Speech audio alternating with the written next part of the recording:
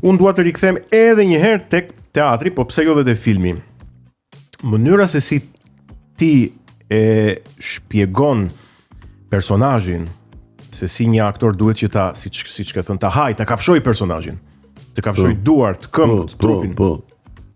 Mënyra se si pastaj ajo që të gjithë ne shohim e interpreton personazhin, më bën mua të mendoj që Bujar Asqeriu mund të ishte edhe një regjisor i jashtëzakonshëm. Unë e kam quajtur regjizor, e kam quajtur një profesion po është i lidhur pas gjithshmërisht me aktorin. Dhe unë me gjithë regjisorët që kam punuar i kam dëgjuar me vëmendje më të madhe. Sigurisht është bashkëpunimi shumë i rëndësishëm regjisor aktor regjisor, sepse duke bashkëpunuar me njëri tjetrin, rezultati është më i mirë, Pikërisht. më i mirë. Dhe regjizura më pëlqen si profesion. Më pëlqejnë imazhet, fantazia e një regjizori. Më pëlqejnë detajet artistike që gjen një regjizor për të realizuar diçka në skenë. Më pëlqen mënyrën se si e ka konceptuar skenografinë e shfaqjes, muzikën e shfaqjes, se si e ndërton mizansenën e shfaqjes. Këto gjëra më kanë pëlqyer tek regjisorët që kam punuar. Dhe dashje pa dashje krijohet afeksion për regjizurën. Unë mund të kem bënë 20-25 shfaqje në skenë, Si regjisor. si regjisor. Po dhe kur isha pedagog, është një lloj regjie dhe pedagog lëku që do të orientosh studentët në se si ta ndërtojnë, si ta bëjnë një fragment, një diçka. Por kam menduar gjithmonë me veten time që aktrimi ku unë them se jap më të mirën nga vetja ime, të qëndroj këtu te aktrimi. Dhe kam qëndruar shumë fort te ky profesion që kam zgjedhur dhe kam investuar jetën time tek aktrimi. Mund të ishte një gjë që ta ndaje midis regjisë dhe aktrimit, apo është janë ose do investosh te regjia ose do investosh te aktrimi. Ose do t'i bësh përgjysmë të dyja. Kemi parë aktor ose regjisor në këtë rast që janë edhe aktor të filmit. Është e shëndetshme kjo për mua jo. Për mua jo. Sigurisht bota ka ekspresionet, ka personalitete shumë të mëdha. Mirë po, ata janë udhërrëfyes të mëdhenj, që nga Charlie Chaplin, që ishte edhe aktor dhe regjisor, edhe skenarist. Po këta janë eksepsione që ka pasur arti botror, apo Woody Allen. Këta janë emra të mëdhenj. Përpiqen e këta tanët, po shumë mirë bëjnë, nuk ka këtu receta, e kupton apo përpiqen të bëjnë, le t'i bëjnë. Shiko, 25 shfaqje ke vënë në skenë si regjisor, në krahasime 150 rolet janë pak, po ti marrësh më vete 25 shfaqjet me një artist tjetër, unë të jetë gjithë karriera një artisti tjetër, një regjisor tjetër. Unë kam pas fatin, kam punuar që nga fëmijët e vegjël. 6-7 vjeç, sa kam vajtë klasën e parë. Kam pas fatin, kam punuar me nxënësit e shkollave 8 vjeçare që është në sot janë 9 vjeçare. Kam pas fatin, kam punuar me shkollat e mesme. Kam pas fatin, kam punuar me punonjësit e ndërmarrjeve të ndryshme.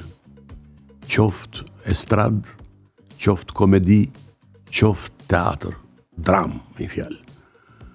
Dhe e para herë kam mësuar vetë se si është e ndërtuar qenia njerëzore në pasionet, në dëshirat, në realizimet e tija. Do me thënë, jam përpjekur të njoh qenia njerëzore nga afër, jo vetëm nga të lexuarit, por edhe nga afër, se si shprehet një nxënës i shkollës mesme, si shprehet një fëmijë, si shprehet një punëtor, si ta realizon ai mendimin apo këshillën tënde. Këto janë gjëra shumë të rëndësishme në profesionin ton, në marrëdhënien në profesionin ton.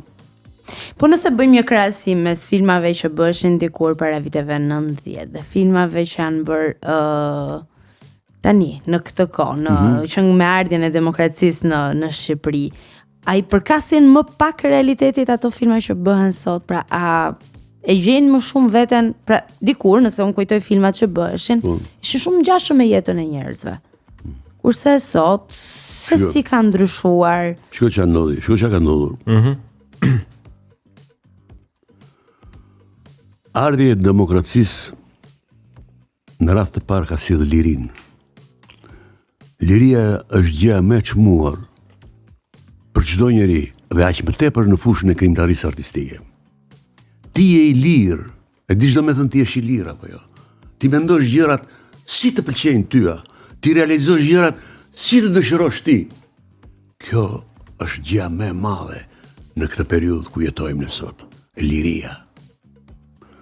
Por liria do dhe aftësinë, do dhe punën. Nuk do që pashu një film amerikan ta bëj si ata, nuk e bën dot. Sa i amerikani që ka arritur deri në ato standarde, sa ka punuar ai, edhe sa ka investuar ai për të arritur në ato. Ti kërkon me të parë ta bësh si ai, nuk e bën dot.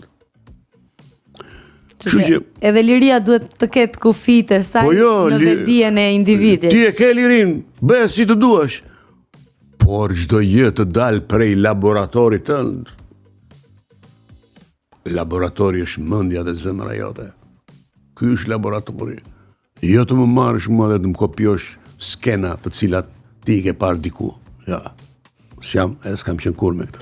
Po, kur flasim për kineman shqiptare, edhe mund të bijem dakord që është kjo përpjekje, po për të imituar disi. Ka tema autentike shqiptare që mund të trajtoheshin në kinema ose në teatr dhe që nuk i trajtojnë, po themi, ose nuk i mendojnë si të përshtatshme. Jeta e të tërë shqiptarëve, jeta jonë është një subjekt jashtëzakonshëm. Jo jeta e shoqërisë tonë, dramaciteti, vuajtjet, apo komedia e shoqërisë tonë. Por po të marrësh një individ, dhe të dëgjosh jetën e tij është një histori që mund të ekranizohet, mund të vihet në teatr. Jeta e një individi, mendoj jeta e një shoqërie të tërë si shoqëria shqiptare. Është shumë e pasur në subjekte, është shumë e pasur në ngjarje. E kupton? Shumë e pasur jeta e shqiptarëve. Është tronditse shpeshherë jeta e shqiptarëve. Dhe aq më tepër që ne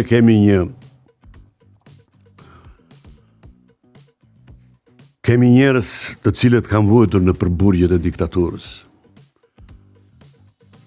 Që jetën e tyre po ta marrësh shumë tronditse.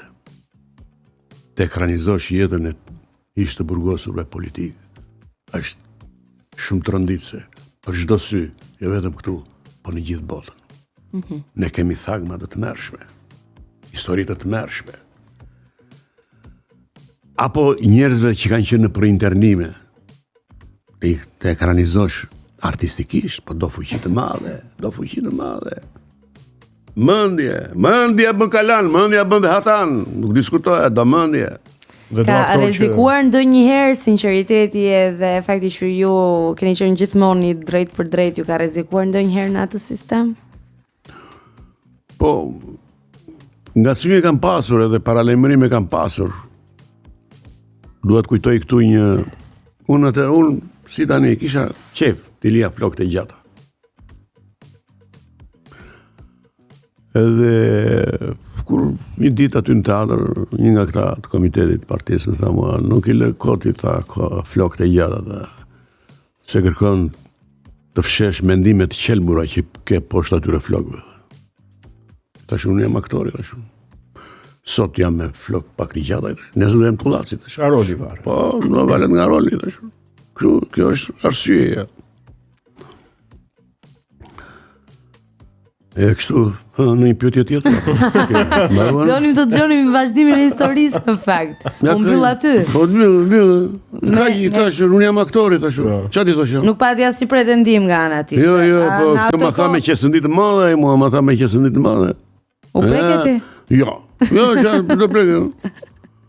Po fshe mendimet e qelbura poshtë atyre flokëve të gjata ata. Tani i kishe mendimet të qelbura për atë sistem, se nuk e vën diskutim që ishin. Po shkistim atëre, shkistim. Shkistim na njerë, shkistim.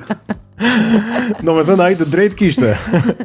Jo, ai të drejt kishte me rregullat e me rregullat e shkistim na njerë, shkistim. Shiko, për tu meqense është viti që ka ndruar jetë shumë të mëdhenj të skenës edhe të kinemas, është i moment që të bëjmë homazh duke u rikthyer në kujtimet tuaja, në bashkëpunimet tuaja më domethënëse. Me Dimitër Anagnostin folëm, po ka ndruar jetë edhe i madhi Piro Milkani, po edhe zonja e skenës Margarita Xhepa.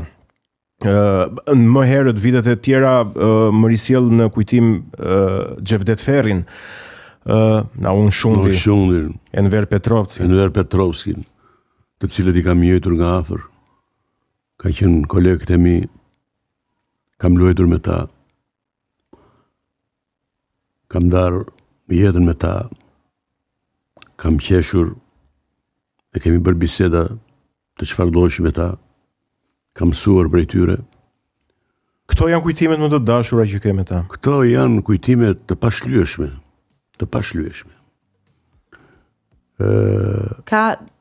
Është dikush që me cilin keni pasur një marrëdhënie më të ngushtë?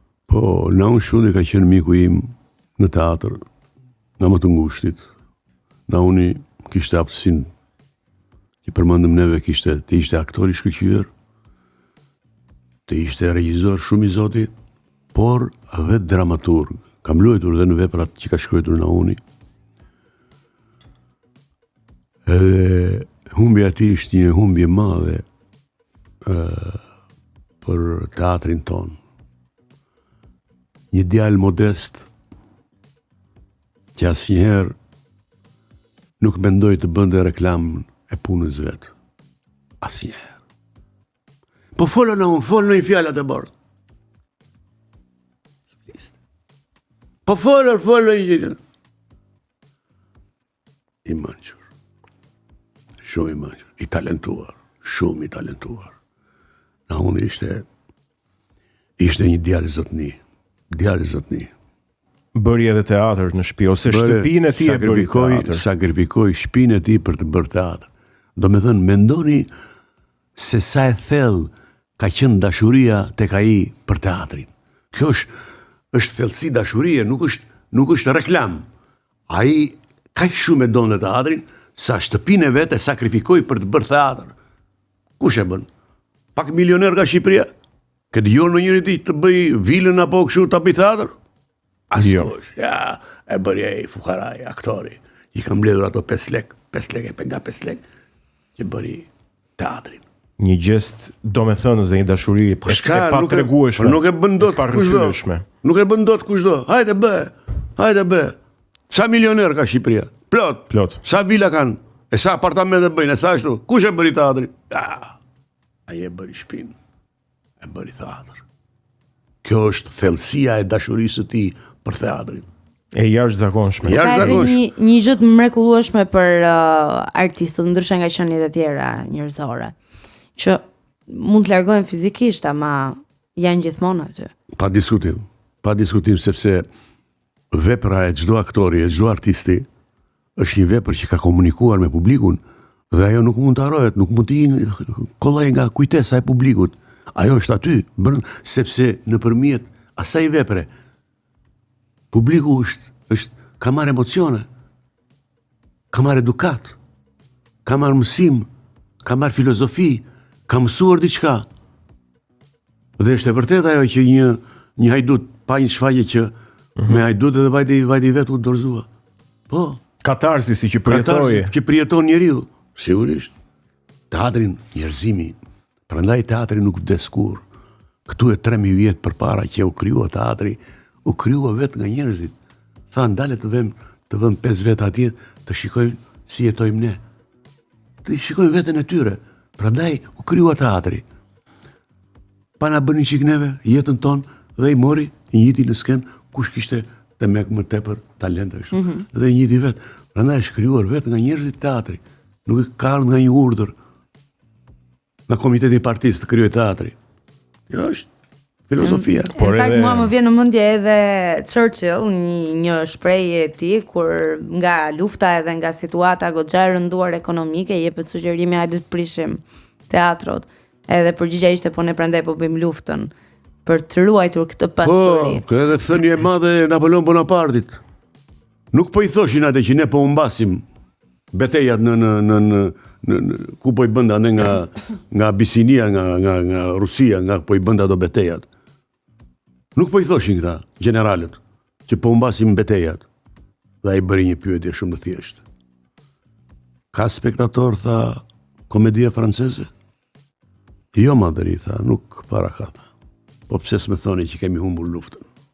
Jo betejën, luftën. Luftën, kemi humbur luftën. Vetëm nga pjesëmarrja e publikut në komedinë franceze.